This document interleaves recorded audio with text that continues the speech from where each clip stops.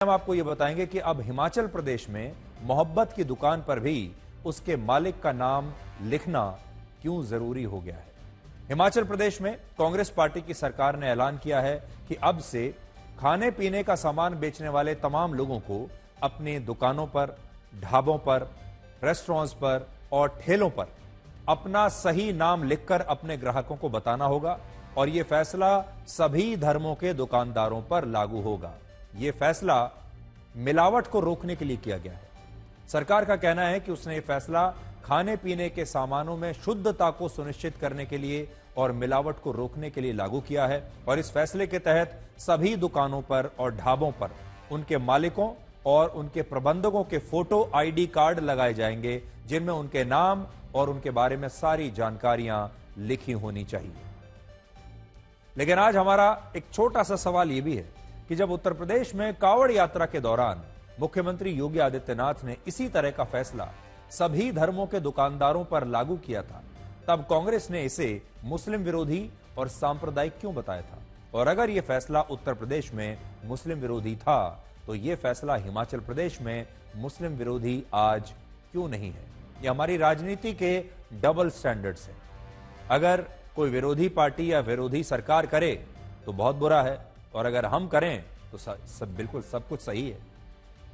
उस समय कांग्रेस पार्टी के कार्यकर्ताओं ने उत्तर प्रदेश के मुजफ्फरनगर में अलग अलग ढाबों और ठेलों पर इस तरह के पोस्टर्स लगा दिए थे जिन पर लिखा था मोहब्बत की दुकान, नो हिंदू नो मुसलमान। लेकिन अब इसी कांग्रेस पार्टी की सरकार वाले हिमाचल प्रदेश में सभी खाने पीने की दुकानों पर, ठेलों पर, ढाबों पर, रेस्टोरेंट पर यही नियम लागू हो गया है और हिमाचल प्रदेश की कांग्रेस सरकार इस फैसले को आज जरूरी फैसला बता रही है।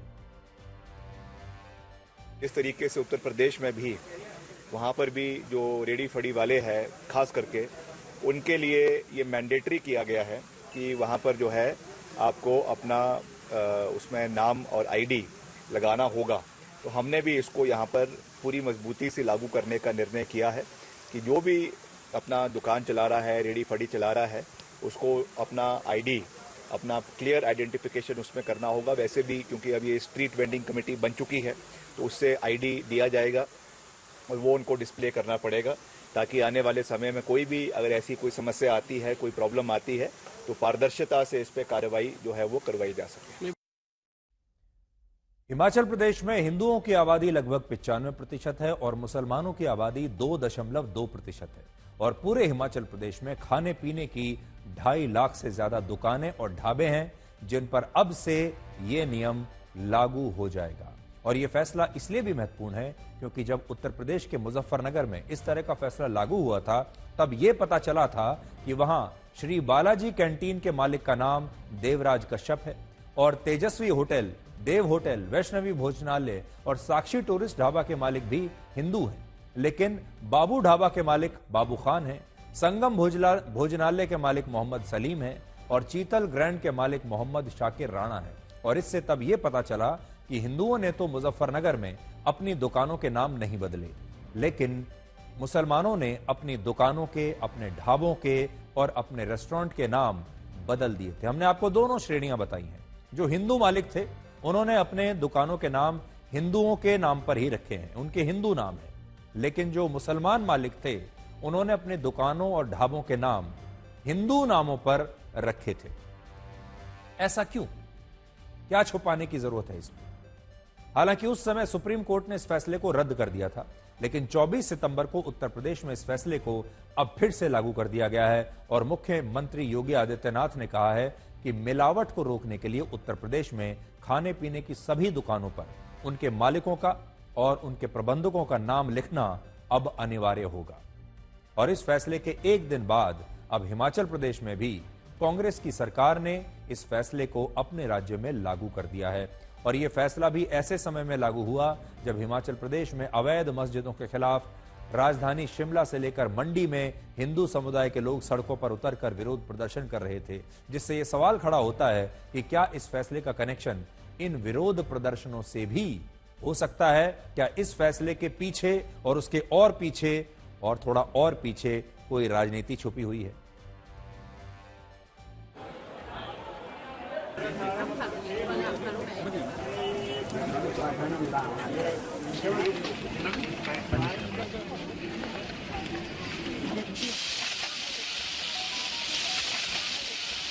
अच्छा फैसला सबके फायदे के लिए है और इससे सबसे बड़ी बात है कि जो अडल्ट्रेशन है वो नहीं हो पाएगी, या होगी अगर कोई करेगा तो इमीडिएटली वो पकड़ा जाएगा, फुल आइडेंटिटी के साथ पकड़ा जाएगा। हमें ये पता होना चाहिए, हम किसी भी दुकान में जा रहे हैं भाई, हम पहली बात तो हम अगर कुछ चीज़ खा रहे हैं तो सबसे पहले उसमें हाइजीन होनी चाहिए कि हम कैसा फूड खा रहे हैं। हमें नहीं पता है वो क्या मिलावट करके बना रहे हैं, हमें नहीं पता, हाँ हमें नहीं पता वो अभी का बना हुआ है या कब का बना हुआ है, तो ये चीज़ सबसे हमें पता होना चाहिए। हाँ, फोटो आई कार्ड लगा सकता है, अपना नाम लिख के दे सकता है, लेकिन उस पर ये जाति मेंशन नहीं होनी चाहिए, मैं मुसलमान है या हिंदू है, जो कि उत्तर प्रदेश में हो रहा है। कोई खराब माल मिलेगा तो उसमें कंप्लेंट होगी, तो पता लग गया किसकी दुकान से खाया, किसकी दुकान से पिया है, ठीक है साहब जैसे बोल रहे हैं। जैसा अगर मान के चलो कि प्रॉपर सामान अगर गलत बेचता है वो पकड़ा जाएगा, ठीक है, तो गलत ग्राहक को सामान नहीं देनी चाहिए।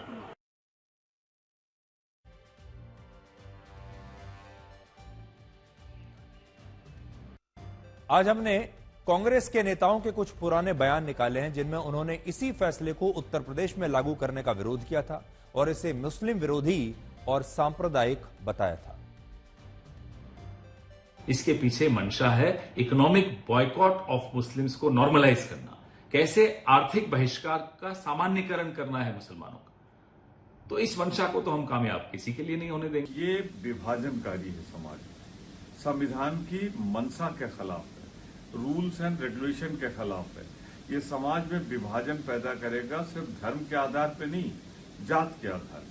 देश में जो मोहब्बत की दुकान खुली है राहुल गांधी जी के जरिए, उससे घबराई हुई भारतीय जनता पार्टी की सरकारें अपने अपने राज्यों में ऐसे मनमाने फैसले लेकर के आ रही हैं जो संविधान के विरोधी हैं। हमारे देश में हर चीज पर राजनीति होती है, लेकिन हमें इस बात की खुशी है कि धीरे धीरे हमारे देश के लोग अब जागरूक हो रहे हैं। मिलावट के खिलाफ ये मुहिम अब तेजी से जोर पकड़ रही है। घर घर में लोग इस मुहिम के बारे में बात कर रहे हैं, मिलावट के बारे में बात कर रहे हैं। और देखिए, जो मिलावट है इसे आज तक किसी भी पार्टी ने एक बड़ा मुद्दा नहीं बनाया, क्योंकि हमारे देश में मिलावट के मुद्दे पर वोट नहीं पड़ते। हमारे देश में जाति के मुद्दे पर तो पड़ते हैं, लेकिन मिलावट के मुद्दे पर नहीं। इस मिलावट से जितने लोग मारे जाते हैं उनकी जातियां कोई नहीं पूछता। इसलिए आज हम आपसे बस इतना कहना चाहेंगे कि ये जो मुहिम हम चला रहे हैं मिलावट के खिलाफ, ये आपके शरीर को लेकर है, आपको लेकर है, आपके परिवार के लोगों के स्वास्थ्य को लेकर है। और आप न जाने सुबह से लेकर रात तक जितनी भी चीजें आप खा रहे हैं उनमें कितनी मिलावट की जा रही है, क्योंकि कुछ लालची लोग आपके स्वास्थ्य से खिलवाड़ करके अपनी जेबें भरना चाहते हैं, पैसा कमाना चाहते हैं। और हमारे देश में मिलावट को इस तरह से स्वीकार कर लिया गया है कि जो लोग मिलावट कर रहे हैं उन्हें इसके बारे में कोई शर्मिंदगी नहीं होती, और लोगों ने भी अब इसे स्वीकार कर लिया है, इसलिए लोग भी इसे लेकर आवाज नहीं उठाते। भारत में अगर आज आप फलों का जूस पीने के लिए दुकान पर जाएंगे तो उसमें रंगों की मिलावट हो रही है। आप अनार का जूस पीने जाएंगे तो आपको पता नहीं होगा कि इसमें कैसा अनार डाला गया है और इसमें कितना रंग डाला गया है ताकि ये जूस आपको लाल लाल दिखाई दे। दूध में डिटर्जेंट मिला दिया जाता है, घी में उसे और चिकना करने के लिए जानवरों की चर्बी मिला दी जाती है, तेल में केमिकल्स और दूसरे मिला दिए जाते हैं, सब्जियों में रंगों वाले इंजेक्शंस लगा दिए जाते हैं ताकि वो हरी सब्जियां आपको और ज्यादा हरी हरी और आकर्षक लगें। आपको लाल लाल सेब इतने आकर्षक लगें, लेकिन आपको पता ही नहीं है कि उनके अंदर क्या है। नमक में व्हाइट स्टोन पाउडर मिला दिया जाता है, लाल मिर्च में ईंट का पाउडर मिला दिया जाता है, हल्दी में मक्का के गंदे पाउडर की मिलावट कर दी जाती है। और आप जो भी सब्जियां खा रहे हैं, फल खा रहे हैं, तेल खा रहे हैं, घी खा रहे हैं, दूध पी रहे हैं, पनीर खा रहे हैं, अगर आपने देखा होगा जब आप कहीं बाहर जाते हैं तो पनीर को लेकर कोई भी डिश आपको बहुत सस्ती दे दी जाती है, जबकि पनीर का दाम उससे कहीं ज्यादा ऊंचा है। इसका मतलब सीधा सा यह है कि नकली पनीर डालकर उस डिश को तैयार किया जा रहा है और आपको ऐसा लगता है कि आपने बहुत सस्ते में खाना खा लिया, लेकिन यह सब आपके पेट में जा रहा है। और आज इन सारे लोगों ने मुनाफा कमाने के लिए आपके पेट को एक डस्टबिन बना दिया है। और इसे देखते हुए उत्तर प्रदेश और हिमाचल प्रदेश में जो फैसला लागू हुआ है ये फैसला बहुत महत्वपूर्ण है। हम तो ये कहेंगे कि बाकी के राज्य सरकारों को भी ये फैसला अपने अपने यहां लागू कर देना चाहिए। और आप लोग भी आज से जब भी आप बाहर जाएं, बाहर से कोई भी सामान अगर आप खरीदें तो सावधान रहिए, ये देखते रहिए। किसी भी ढाबे पर जाते हैं, रेस्टोरेंट पर जाते हैं तो सबसे पहले देखिए कि किस तेल का इस्तेमाल हो रहा है, किस घी का इस्तेमाल हो रहा है, उसकी रसोई कैसी है, वहां जो लोग काम करने वाले हैं वो कैसे हैं, उनका अपना हाइजीन लेवल कैसा है, वो कितने साफ सुथरे हैं, जहां खाना बनाया जा रहा है वहां किसी सफाई का उन्होंने ध्यान रखा है या नहीं रखा है। ये सब आपकी जिम्मेदारी है। लेकिन यहां इस बात को भी समझना होगा कि मिलावट को सिर्फ दुकानों और ढाबों पर उनके मालिकों का नाम लिखने से नहीं रोका जा सकता, बल्कि इसके लिए हमारे देश की सरकारों को खाद्य सुरक्षा का जो जरूरी इंफ्रास्ट्रक्चर है उसे मजबूत बनाना होगा। और ये बात इसलिए हम कह रहे हैं क्योंकि फिलहाल सरकारों को यह पता ही नहीं है कि आगरा के पेठे में, वृंदावन के मशहूर पेड़े में, गुजरात के ढोकले में, मुंबई के वड़ा पाव में, चेन्नई के इडली डोसा में, कर्नाटक के मैसूर पाक में, पंजाब की पिन्नी और छोले भटूरे में, बिहार के लिट्टी चोखा में, इंदौर के पोहे में, झारखंड की तिल बर्फी में, राजस्थान के घेवर में और दिल्ली के गोलगप्पों में किस किस तरह की मिलावट हो रही है हमारे देश के लोगों को भी नहीं पता है। और हमारी सरकारें तो इस पर बिल्कुल आंख बंद करके बैठी हुई है। आज इस बात को लेकर हमारे देश में कोई कानून नहीं है, ना ही उसका पालन हो रहा है कि अगर आप चाट खाने के लिए सड़क पर कहीं खड़े हो जाते हैं, गोलगप्पे खाने के लिए खड़े हो जाते हैं, तो उस पानी में किस प्रकार के पानी का इस्तेमाल हो रहा है, कैसे मसालों का इस्तेमाल हो रहा है, किसी को कुछ नहीं पता। और यह सब कुछ खुलेआम हो रहा है सिर्फ एक कारण से, पैसा कमाने के लिए। आज हमारे देश में फूड सेफ्टी का इंफ्रास्ट्रक्चर इतना कमजोर है कि पिछले 6 महीने में ही देश में 14 लोगों की मौत ढाबों पर मिलावटी खाना खाने से या फिर ऑनलाइन ऑर्डर करके मंगवाए गए केक को खाने से हो चुकी है। आपको याद होगा, हमने तो कुछ दिन पहले ही पंजाब में एक छोटी बच्ची की कहानी आपको बताई थी। उसका जन्मदिन था, ऑनलाइन केक ऑर्डर किया गया, केक मिलावटी था, केक घर में आया और केक खाने के बाद उस बच्ची की मौत हो गई। लेकिन उसके बाद भी हमारी सरकारों ने क्या किया? कुछ नहीं किया। आज आप ऑनलाइन भी जो खाना मंगा रहे हैं, आपको क्या पता कि वो खाना कहां तैयार हो रहा है, किस स्थिति में तैयार हो रहा है, उसमें जो सामान डाला गया है वो कितनी अच्छी या कितनी घटिया क्वालिटी का सामान है, कौन सा घी लग रहा है, कौन सा तेल लग रहा है। अगर आप वेजिटेरियन हैं तो क्या वेजिटेरियन और नॉन वेजिटेरियन खाना कहीं एक ही साथ तो नहीं बन रहा है? आपको कुछ नहीं पता चलेगा। और एक और बड़ी बात यह है कि तिरुपति मंदिर में अभी जिस मिलावट का खुलासा हुआ, उसके बाद लगातार यही सवाल उठ रहा है कि क्या इस तरह की मिलावट दूसरे मंदिरों के प्रसाद में भी हो सकती है। ओडिशा की सरकार ने ऐलान किया है कि वो अब जगन्नाथपुरी के मंदिर में, भगवान जगन्नाथ के मंदिर में बनने वाले प्रसाद की जांच कराएगी। इस मंदिर में हर दिन 30,000 किलोग्राम चावल और दूसरी चीजों का महाप्रसाद बनता है और इस महाप्रसाद में हर महीने 6,000 किलोग्राम घी का इस्तेमाल होता है। और यह घी राज्य सरकार की ही एक सहकारी संस्था से 700 रुपए प्रति किलो के हिसाब से खरीदा जाता है। और अब गाय के इसी घी से बनने वाले महाप्रसाद की उड़ीसा में जांच करवाई जा रही है। और आज हम ये कहना चाहेंगे कि जांच पूरे देश में होनी चाहिए। जहां जहां भी सार्वजनिक रूप से खाना बट रहा है, चाहे वो प्रसाद के रूप में बट रहा है, चाहे वो किसी और चीज के रूप में बट रहा है, चाहे बच्चों को स्कूलों में दिया जा रहा है, मिड डे मील में दिया जा रहा है, सबकी जांच होनी चाहिए। लेकिन दुर्भाग्य यह है कि हमारे पास ना तो इतनी लैब्स हैं कि हम इतने सारे सैंपल्स की जांच करा लेंगे, ना ही फूड सेफ्टी डिपार्टमेंट के पास इतने सारे लोग हैं, ना ही फूड इंस्पेक्टर्स हैं जो इतना बड़ा काम कर पाएंगे। हमारे सनातन धर्म में गाय को गौ माता का दर्जा दिया गया है, गाय को मां समान माना गया है।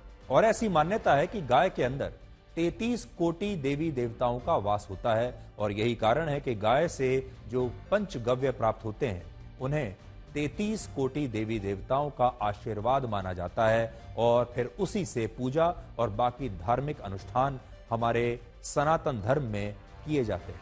इसलिए गाय को हमेशा पूजनीय माना गया है, गाय की हमेशा पूजा की जाती है और गाय को मां के समान दर्जा दिया जाता है। इन पंचगव्यों में दूध होता है, दही होती है, गौमूत्र होता है, गोबर होता है और घी होता है। इससे पंचगव्य बनता है। ऋग्वेद और अर्थवेद में इस बात का उल्लेख है कि भारत में प्रत्येक परिवार में गौ माता को स्थान जरूर मिलना चाहिए और गाय से प्राप्त होने वाले घी से ही सारे धार्मिक अनुष्ठान होने चाहिए। मंदिर में भी उसी का प्रयोग होना चाहिए। इसके अलावा शास्त्रों में यह भी बताया गया है कि जब गाय के घी से हवन किया जाता है या यज्ञ किया जाता है या गाय के घी का दिया जलाया जाता है तो गाय से प्राप्त होने के कारण इस घी में 33 कोटि हिंदू देवी देवताओं का वास होता है और इससे जो अग्नि प्रज्वलित होती है वो धार्मिक अनुष्ठानों को सफल बनाती है और इससे पूजा करने वाले को भगवान का आशीर्वाद प्राप्त होता है। इसलिए हमारे सनातन धर्म के किसी भी अनुष्ठान में, पूजा पाठ में गाय का शुद्ध घी बहुत अनिवार्य माना गया है। बिना गाय के शुद्ध घी के वो अनुष्ठान पूरा नहीं हो सकता। लेकिन सोचिए, अगर पूजा में गाय के घी की जगह कोई नकली घी का प्रयोग होने लगे तो वो पूजा भला असली कैसे रहेगी। आज हमने बाजारों में मिलने वाले घी की सैंपलिंग की और ऑनलाइन प्लेटफॉर्म्स पर भी जो घी मिल रहे हैं वो आज उन्हें चेक किया, जिसमें एक नई चीज पता चली कि बाजारों में खाने वाला घी अलग है और पूजा वाला घी अलग से बेचा जा रहा है, यह कहकर कि यह पूजा वाला घी है, इसे पूजा में इस्तेमाल करना है। पूजा वाले घी के डब्बे पर लिखा होता है कि इसके अंदर गाय का घी, वनस्पति घी और खुशबू के लिए केमिकल मिलाया गया है। मैं आपको कुछ पढ़कर बता देता हूं। यह आज मैं कुछ सैंपल लाया हूं। यह हमने ऑनलाइन प्लेटफॉर्म से कुछ घी के सैंपल्स लिए हैं। इन सब पर लिखा है कि ये पूजा के घी हैं। देखिए, सब पर लिखा है ये पूजा घी है। अगर मैं पढ़ूं कि इसमें क्या क्या किन चीजों का इस्तेमाल किया गया है, इसमें लिखा है काऊ घी, वनस्पति घी और एडेड एसेंस, मतलब खुशबू के लिए एक अलग से केमिकल डाला गया है ताकि इसमें आपको देसी घी की खुशबू मिले। लेकिन साथ ही इसमें एक चेतावनी लिखी है और वो ये कि ये खाने के लिए नहीं है। अगर आपने इसे गलती से भी खा लिया तो आपको तुरंत किसी डॉक्टर के पास जाना चाहिए और ये आपके शरीर के लिए हानिकारक हो सकता है। तो ये घी आप खा नहीं सकते, सिर्फ पूजा में इस्तेमाल कर सकते हैं। यानी जो घी आप खा नहीं सकते और जिसे खाने पर आप बीमार हो जाएंगे, उस घी को खरीद कर लोग अपने भगवान की पूजा कर रहे हैं। जबकि हिंदू धर्म में साफ साफ लिखा है कि भगवान की पूजा सिर्फ और सिर्फ गाय के शुद्ध देसी घी से होनी चाहिए, क्योंकि गाय में देवी देवताओं का वास होता है, ऐसा माना गया है। लेकिन आज जैसा मैं आपको बता रहा हूं, मैं अपने साथ कुछ घी के डिब्बे लाया हूं जो खास तौर पर पूजा के लिए ही बाजारों में और ऑनलाइन अलग अलग वेबसाइट्स पर खुलकर बेचे जा रहे हैं और इन पर साफ तौर पर लिखा है कि ये खाने के लिए नहीं है, बल्कि ये सिर्फ पूजा करने के लिए है। अब बड़ी बात यह है, इसमें बड़ा बड़ा लिखा हुआ है कि यह पूजा घी है। हमारे देश में बहुत सारे लोग ऐसे हैं जो इसमें बहुत छोटे अक्षरों में लिखा है कि यह आपके लिए हानिकारक है, बहुत छोटे। और मुझे नहीं लगता कि कोई भी अगर घी खरीदने के बाद इतने छोटे अक्षरों में जो बात लिखी है कहीं छोटी सी, उसे कोई पढ़ने की भी कोशिश करेगा। यहां कहीं छोटा सा लिखा है कि यह खाने के लिए नहीं है। लेकिन जब लोग समझते हैं कि यह पूजा का घी है, तो पूजा के घी का मतलब है कि आप घी तो घी है, वो पहली बात तो ये मानेंगे कि ये शुद्ध देसी घी ही होगा, क्योंकि पूजा में तो शुद्ध देसी घी का ही प्रयोग होता है। और न जाने कितने ऐसे लोग होंगे जो इस घी को खा भी रहे होंगे, जो ढाबों में, ठेलों पर, रेस्टोरेंट्स में हो सकता है इनका इस्तेमाल भी हो रहा हो, आपको पता नहीं होगा। और आप जानते हैं इसकी कीमत क्या है? इस घी की कीमत है 350 रुपए प्रति किलो के हिसाब से यह घी बिक रहा है। अब आप सोचिए, 350 रुपए में आपको गाय का शुद्ध देसी घी कभी कहीं मिल सकता है, लेकिन हमारे देश में पूजा के लिए इसी घी का इस्तेमाल हो रहा है। मैं आपको खोलकर भी थोड़ा सा दिखाना चाहता हूं। मैंने ये देखिए, ये कैसा दिखता है। देखिए, मैं यहां थोड़ा सा आपके लिए खोलता हूं इस घी को। ये देखिए,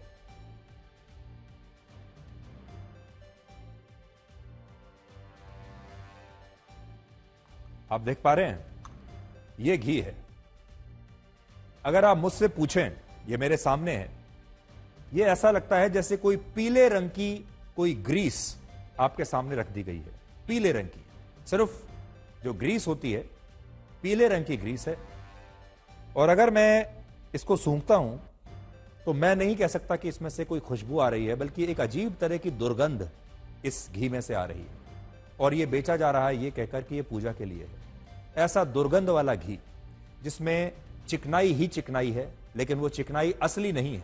ये चिकनाई दूध से नहीं आई है, ये चिकनाई दूसरी पदार्थों से इसमें मिलाकर बनाई गई है, और सूंघने पर ही आपको पता चल जाएगा कि ये घी के अलावा कुछ भी हो सकता है, लेकिन घी तो ये दूर दूर तक नहीं है।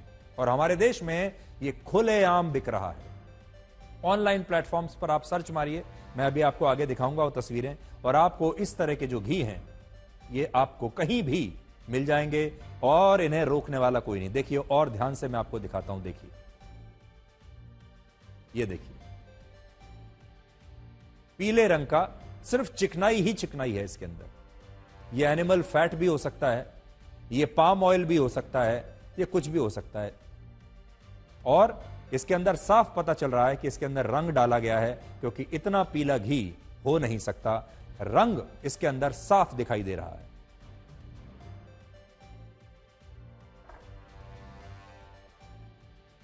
इसको मैं यहां रखता हूं ताकि आपको ये याद आता रहे बार बार। ये देखिए, ये घी है। अब मेरा आपसे सवाल है कि अगर आप गाय के घी की जगह इस नकली घी से अपने भगवान की पूजा करेंगे तो क्या वो पूजा असली होगी? क्या वो पूजा इस घी की तरह ही नकली नहीं होगी? और सोचिए, नकली घी से पूजा करने वाला इंसान आखिर किसे धोखा देने की कोशिश कर रहा है? इंसान इंसान को तो धोखा दे रहा है।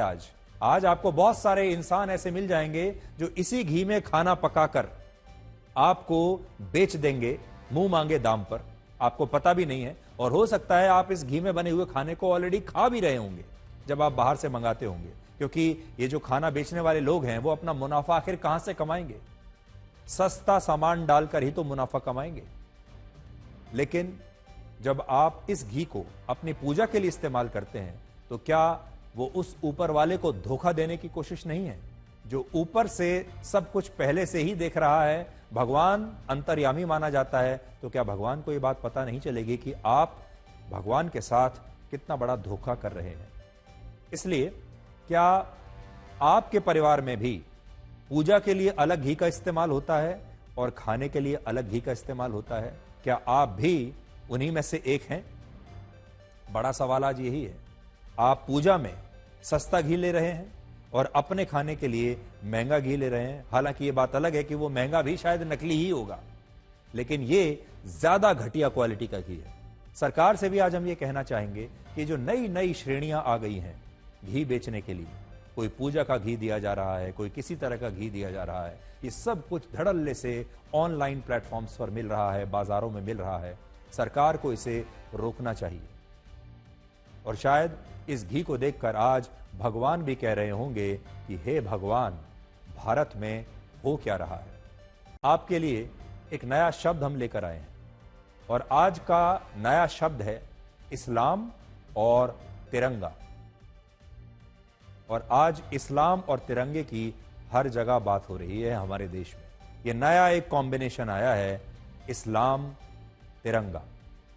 आपको याद होगा कुछ समय पहले असदुद्दीन ओवैसी के छोटे भाई अकबरुद्दीन ओवैसी ने एक बार कहा था कि देश से 15 मिनट के लिए पुलिस हटा दो तो पता चल जाएगा कि कौन कितना ताकतवर है। यानी वो कह रहे हैं कि 15 मिनट के लिए पुलिस को हटा दो और फिर देश के मुसलमान बता देंगे कि उनके अंदर कितनी ताकत है। ये खुलेआम उन्होंने चेतावनी दी थी। इसी तरह मौलाना तौकीर रजा ने अभी हाल ही में यह बयान दिया कि अगर भारत के 1% मुसलमान भी सड़कों पर उतर आए तो सरकार के लिए जवाब देना मुश्किल हो जाएगा। लेकिन महाराष्ट्र में जब देश के 21 करोड़ मुसलमानों में से सिर्फ 12,000 मुसलमान सड़कों पर उतर आए तो इन दृश्यों ने हर किसी को हैरान कर दिया। और अब लोग कह रहे हैं कि अगर देश के 1% तो छोड़ दीजिए, देश के 0.01% मुसलमानों के सड़कों पर उतरने से अगर ऐसा जन सैलाब आ सकता है, तो अगर 1% मुसलमान सड़कों पर उतर आए तो देश में क्या स्थिति हो सकती है, आप कल्पना कीजिए। ये जो तस्वीरें आप देख रहे हैं ये महाराष्ट्र के ठाणे और मुंबई की हैं, जहां लगभग 12,000 मुसलमानों ने छत्रपति संभाजी नगर से मुंबई तक पैदल यात्रा निकाली, जिसका नाम था तिरंगा संविधान रैली। ये एक रैली की तस्वीर है। ये रैली मुंबई तक गई और संविधान रैली के नाम से तिरंगा संविधान रैली इसे नाम दिया गया। यह रैली इतनी विशाल थी कि इसके कारण मुंबई को नागपुर से जोड़ने वाले एक एक्सप्रेसवे पर ऐसा भीषण जाम लग गया जैसा कि इससे पहले कभी देखा नहीं गया था। यह रैली बीजेपी विधायक नितेश राणे और संत रामगिरी महाराज के उन आपत्तिजनक बयानों के खिलाफ निकाली गई जिनमें उन पर मुसलमानों के खिलाफ नफरत फैलाने और इस्लाम धर्म का अपमान करने के आरोप लगे थे। इसके विरोध में यह रैली निकली है। इनमें बीजेपी विधायक नितेश राणे ने कहा था कि अगर 24 घंटे के लिए पुलिस को छुट्टी पर भेज दिया जाए तो हिंदू अपनी असली ताकत दिखा देंगे। इसके अलावा उन्होंने मस्जिदों को लेकर भी एक भड़काऊ बयान दिया था और विवादित बयान देने के मामले में संत रामगिरी महाराज का बचाव भी उन्होंने किया था। और इन्हीं बयानों के विरोध में महाराष्ट्र में लगभग 12,000 मुसलमानों ने 300 किलोमीटर लंबी एक संविधान यात्रा निकाली, जिसमें सभी मुसलमानों के हाथों में भारत का राष्ट्रीय ध्वज तिरंगा था। और इन तस्वीरों में आज 3 बिल्कुल नई बातें छिपी हुई हैं जो आज आप सबको ध्यान से सुननी चाहिए। ये तस्वीरें आप देख रहे हैं, जन सैलाब है। संख्या आप देखिए, एकता देखिए, जज्बा देखिए।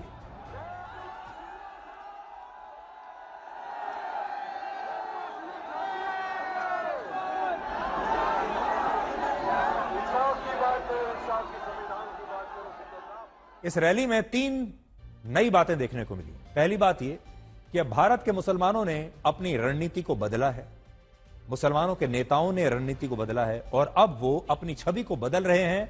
और अब आज का मुसलमान अपने आप को राष्ट्रवाद से और तिरंगे से जोड़ रहा है। इससे पहले आपने इस तरह की रैली में तिरंगे झंडे का इस्तेमाल कभी नहीं देखा होगा, लेकिन पहले जब मुसलमान इस तरह की यात्राएं निकालते थे, विरोध प्रदर्शन किया करते थे, रैली किया करते थे, तब इनमें उनके हाथों में हरे रंग के धार्मिक झंडे होते थे। आप याद कर लीजिए, हरे रंग के धार्मिक झंडे उनके हाथ में हुआ करते थे इससे पहले।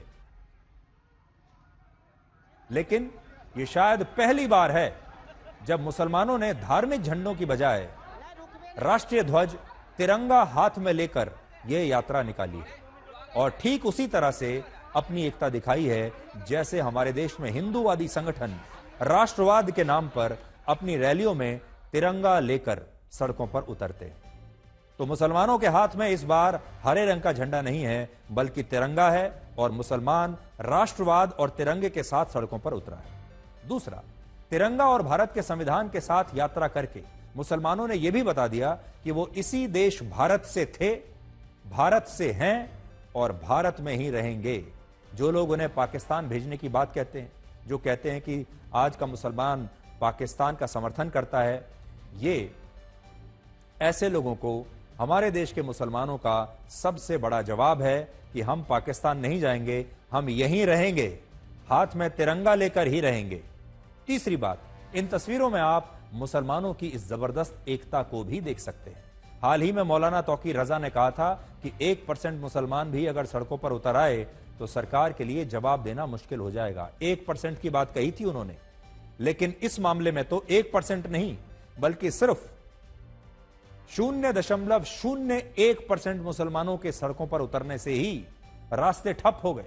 मुंबई के मुलुंद टोल नाके पर इन लोगों को रोकने के लिए 3000 पुलिसकर्मियों को तैनात करना पड़ा और ज्ञापन सौंपने के बाद ये सभी प्रदर्शनकारी मुसलमान अपने अपने तिरंगों के साथ वापस छत्रपति संभाजी नगर लौट गए। और बड़ी बात यह है कि इस रैली का नेतृत्व असदुद्दीन ओवैसी की ही पार्टी के एक पूर्व सांसद इम्तियाज जलील और पार्टी के एक और नेता वारिस पठान ने किया था। जरा तस्वीरें आप देख लीजिए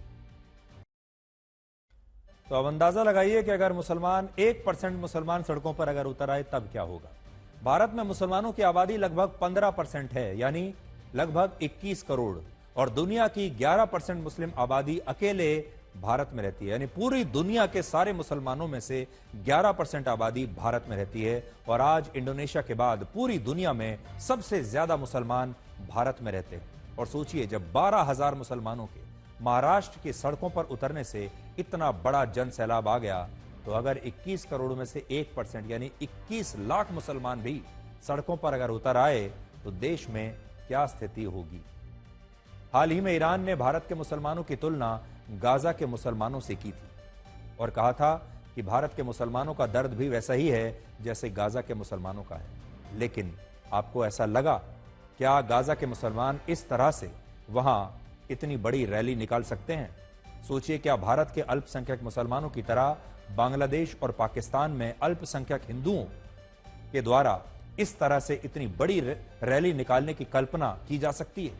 हाल ही में बांग्लादेश में 50,000 हिंदुओं ने ढाका में एक विरोध प्रदर्शन किया था, जिसके बाद वहां अजान और नमाज के दौरान हिंदुओं के पूजा पाठ करने पर रोक लगा दी गई। महाराष्ट्र में हुए इस विरोध प्रदर्शन के बाद अब 3 बड़े सवाल इनसे और पूछने चाहिए, जिनमें पहला बड़ा सवाल यह है कि तिरंगे के साथ यात्रा निकालने के बाद क्या अब ये लोग राष्ट्रगान पर भी बिना किसी आपत्ति के खड़े होना शुरू करेंगे?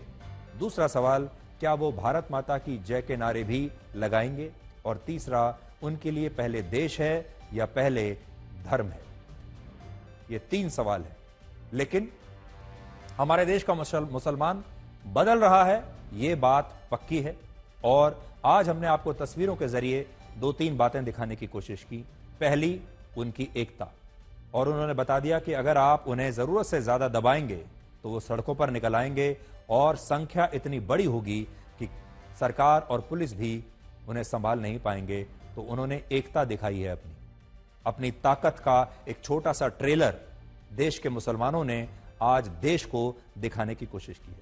दूसरी बहुत बड़ी बात यह है कि आज का मुसलमान तिरंगा हाथ में लेकर निकला है और उसने साफ यह संदेश दे दिया है कि अब आप हमें पाकिस्तान के साथ मत जोड़िए, हम पाकिस्तान नहीं जाएंगे, हम यहीं रहेंगे, हम यहीं के थे, यहीं के हैं और यहीं रहेंगे। इसलिए ये एक नई जो चीज देखने को आ रही है वो ये कि देश का मुसलमान अगर राष्ट्रवादी बनकर निकलेगा, तिरंगा हाथ में बनकर निकलेगा, तो उसकी ताकत कई गुना ज्यादा बढ़ेगी।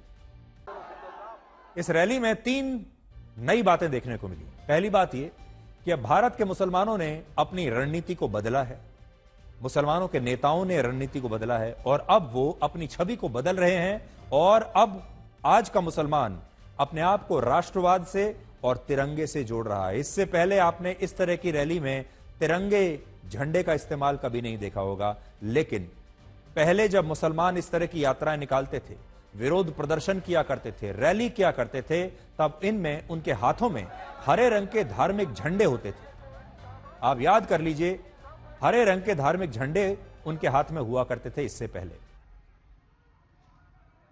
लेकिन यह शायद पहली बार है जब मुसलमानों ने धार्मिक झंडों की बजाय राष्ट्रीय ध्वज तिरंगा हाथ में लेकर यह यात्रा निकाली है और ठीक उसी तरह से अपनी एकता दिखाई है जैसे हमारे देश में हिंदूवादी संगठन राष्ट्रवाद के नाम पर अपनी रैलियों में तिरंगा लेकर सड़कों पर उतरते हैं।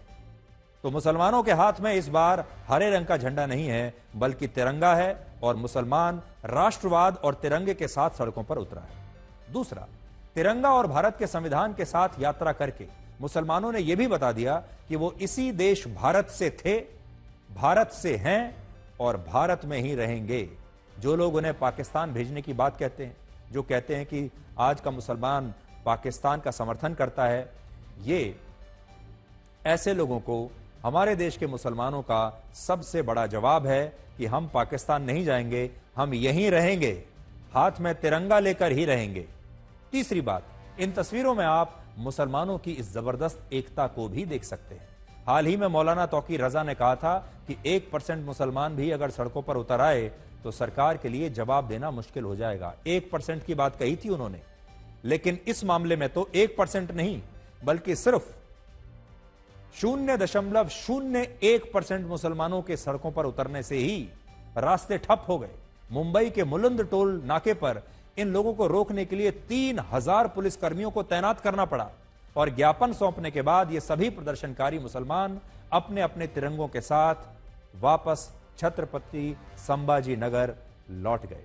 और बड़ी बात यह है कि इस रैली का नेतृत्व असदुद्दीन ओवैसी की ही पार्टी के एक पूर्व सांसद इम्तियाज जलील और पार्टी के एक और नेता वारिस पठान ने किया था। जरा तस्वीरें आप देख लीजिए।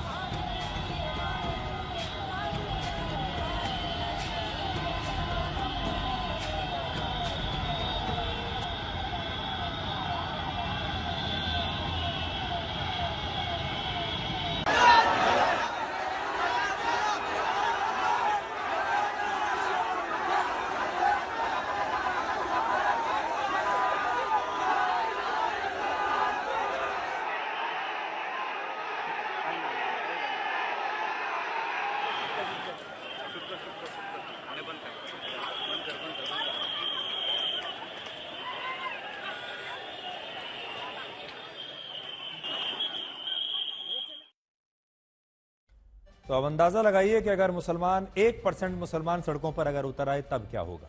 भारत में मुसलमानों की आबादी लगभग 15% है, यानी लगभग 21 करोड़, और दुनिया की 11% मुस्लिम आबादी अकेले भारत में रहती है, यानी पूरी दुनिया के सारे मुसलमानों में से 11% आबादी भारत में रहती है। और आज इंडोनेशिया के बाद पूरी दुनिया में सबसे ज्यादा मुसलमान भारत में रहते हैं। और सोचिए, जब 12,000 मुसलमानों के महाराष्ट्र की सड़कों पर उतरने से इतना बड़ा जन सैलाब आ गया, तो अगर 21 करोड़ में से 1% यानी 21 लाख मुसलमान भी सड़कों पर अगर उतर आए तो देश में क्या स्थिति होगी।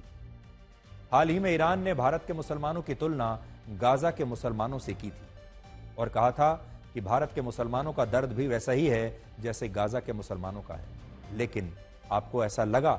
क्या गाजा के मुसलमान इस तरह से वहां इतनी बड़ी रैली निकाल सकते हैं? सोचिए, क्या भारत के अल्पसंख्यक मुसलमानों की तरह बांग्लादेश और पाकिस्तान में अल्पसंख्यक हिंदुओं के द्वारा इस तरह से इतनी बड़ी रैली निकालने की कल्पना की जा सकती है? हाल ही में बांग्लादेश में 50,000 हिंदुओं ने ढाका में एक विरोध प्रदर्शन किया था, जिसके बाद वहां अजान और नमाज के दौरान हिंदुओं के पूजा पाठ करने पर रोक लगा दी गई।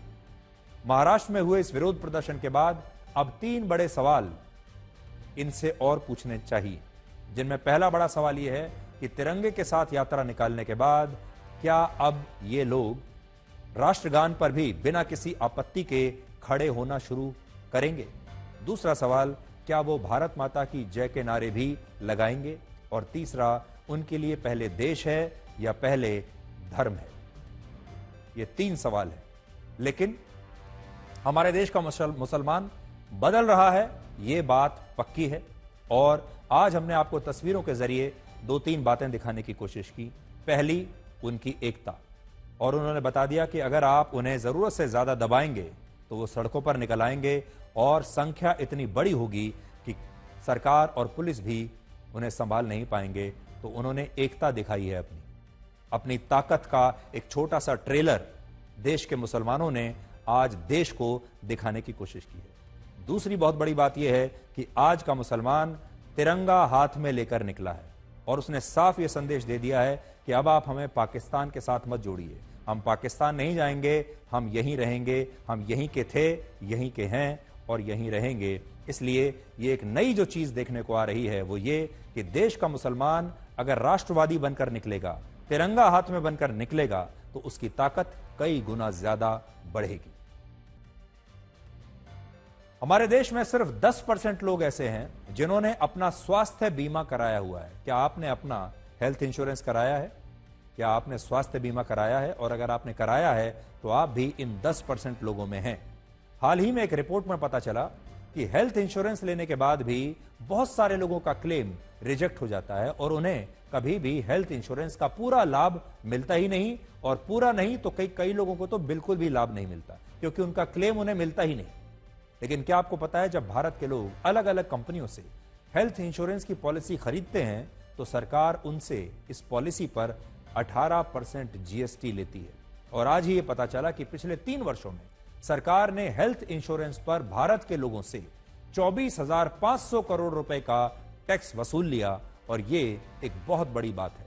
सोचिए, हमारे देश के लोग दवाइयों पर भी जीएसटी देते हैं, हेल्थ इंश्योरेंस पर भी जीएसटी देते हैं, अस्पतालों में इलाज पर जीएसटी देते हैं, और ये टैक्स की जो कहानी है ये कभी खत्म नहीं होती। और हेल्थ इंश्योरेंस पर 18% जीएसटी देने के बाद भी बहुत सारे लोगों का मेडिक्लेम कंपनियां अलग अलग कारणों से रिजेक्ट कर देती हैं, और सरकारें टैक्स लेने के बाद भी इन लोगों की कोई मदद नहीं करती। ये हमारे देश के लोगों के साथ एक नाइंसाफी है। और आज हम ये कहना चाहेंगे कि हेल्थ इंश्योरेंस पर टैक्स में या तो पूरी छूट होनी चाहिए और या फिर इस जीएसटी को बहुत कम कर देना चाहिए, क्योंकि हेल्थ जो इंश्योरेंस है ये कोई लग्जरी नहीं है। ये हमारे देश के लोगों के स्वास्थ्य के लिए आज जरूरी है। हर घर में, हर बुजुर्ग को, हर युवा को हेल्थ इंश्योरेंस तो चाहिए ही चाहिए। अब हम आपको ये बताएंगे कि कैसे शेयर बाजार में हमारे देश के लोगों की जेबें आजकल कट रही है।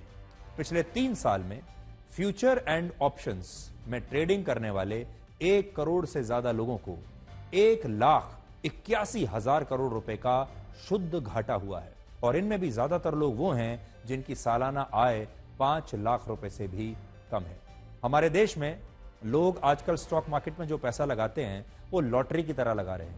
लोगों को ऐसा लग रहा है कि स्टॉक मार्केट में पैसा लगाएंगे और रातों रात कोई लॉटरी लग जाएगी और घर बैठे उनके पैसे दुगने हो जाएंगे, तिगने हो जाएंगे, क्योंकि स्टॉक मार्केट जिस तरीके से ऊपर बढ़ रहा है लोगों को लगता है कि उनका पैसा भी ऐसे ही निरंतर ऊपर ही ऊपर जाता चला जाएगा।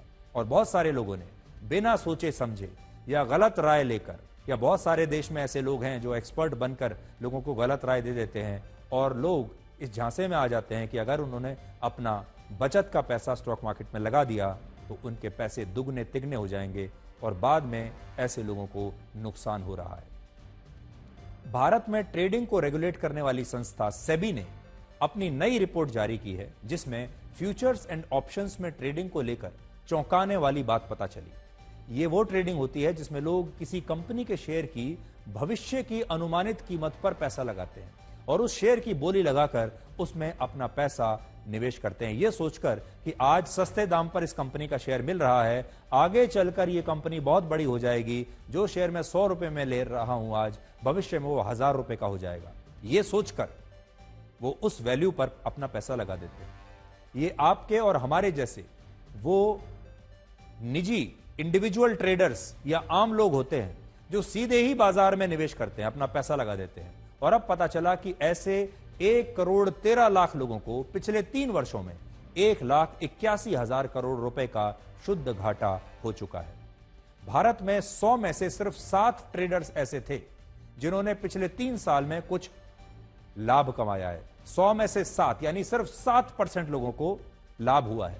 इनमें भी 100 में से सिर्फ एक ट्रेडर ऐसा था जिसने 1 लाख रुपए से ज्यादा का शुद्ध मुनाफा कमाया हो।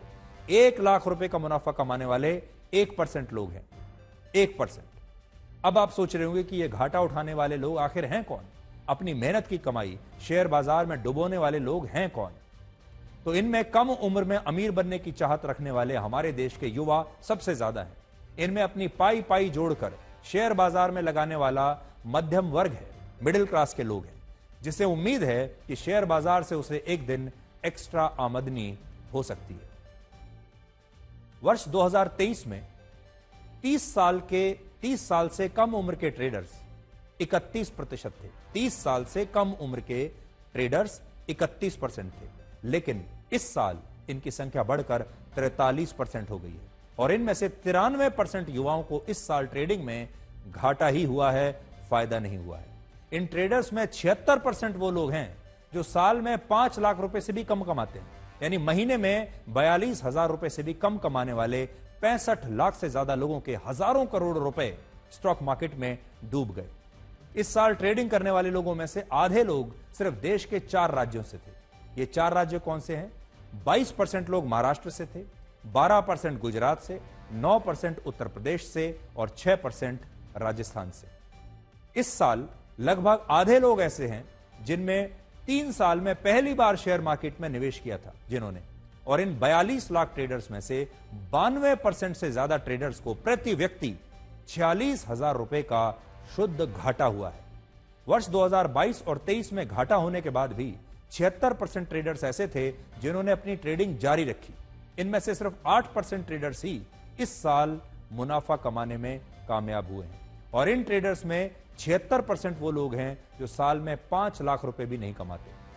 जैसे मैंने आपको बताया, 42,000 रुपए से भी कम प्रति महीना कमाने वाले 65 लाख से ज्यादा लोगों के हजारों करोड़ रुपए स्टॉक मार्केट में डूब गए। इन ट्रेडर्स ने लगभग 33,000 करोड़ रुपए का मुनाफा कमाया, जबकि फॉरेन पोर्टफोलियो वाले इन्वेस्टर्स को 28,000 करोड़ रुपए का फायदा हुआ है, लेकिन आम आदमी सिर्फ नुकसान ही उठा रहा है। इंडिविजुअल ट्रेडर्स को स्टॉक मार्केट में घाटा हुआ, वहीं फॉरेन पोर्टफोलियो इन्वेस्टर्स और कंपनी के जरिए निवेश करने वाले प्रभावशाली लोगों को फायदा ही फायदा हुआ है। तो इसमें बड़ी बात यह है, आज हम अपने देश के तमाम युवाओं को यह कहना चाहेंगे कि स्टॉक मार्केट को आप लॉटरी की तरह मत लीजिए। यह मत सोचिए कि आंख बंद करके आप कोई पैसा लगा देंगे और फिर कुछ ही महीनों में या सालों में वो पैसा दुगना, तिगना या 4 गुना हो जाएगा। सोच समझकर आप पैसा लगाइए। और इसी प्रकार से आज बड़ी संख्या में जो रिपोर्ट्स बता रही हैं वो ये है कि हमारे देश के बैंकों में जो बचत खाता होता था, लोग अपने बचत खातों से पैसा निकाल कर अब स्टॉक मार्केट में लगा रहे हैं। बैंकों में पैसा कम हो रहा है, स्टॉक मार्केट में लगने वाला पैसा बढ़ता जा रहा है। लेकिन स्टॉक मार्केट को लेकर ध्यान से पैसा लगाइए, सोच समझकर लगाइए, पहले किसी एक्सपर्ट से बात कीजिए, वरना आपका जितना भी ईमानदारी का ये पैसा है एक दिन डूब सकता है। जीवन में सभी चीजें कभी एक साथ नहीं मिलती। पैसे हैं तो रिश्ते कम हैं, रिश्ते हैं तो पैसे कम हैं, दोनों हैं तो सेहत कम है, और अगर तीनों हैं तो जीवन कम है।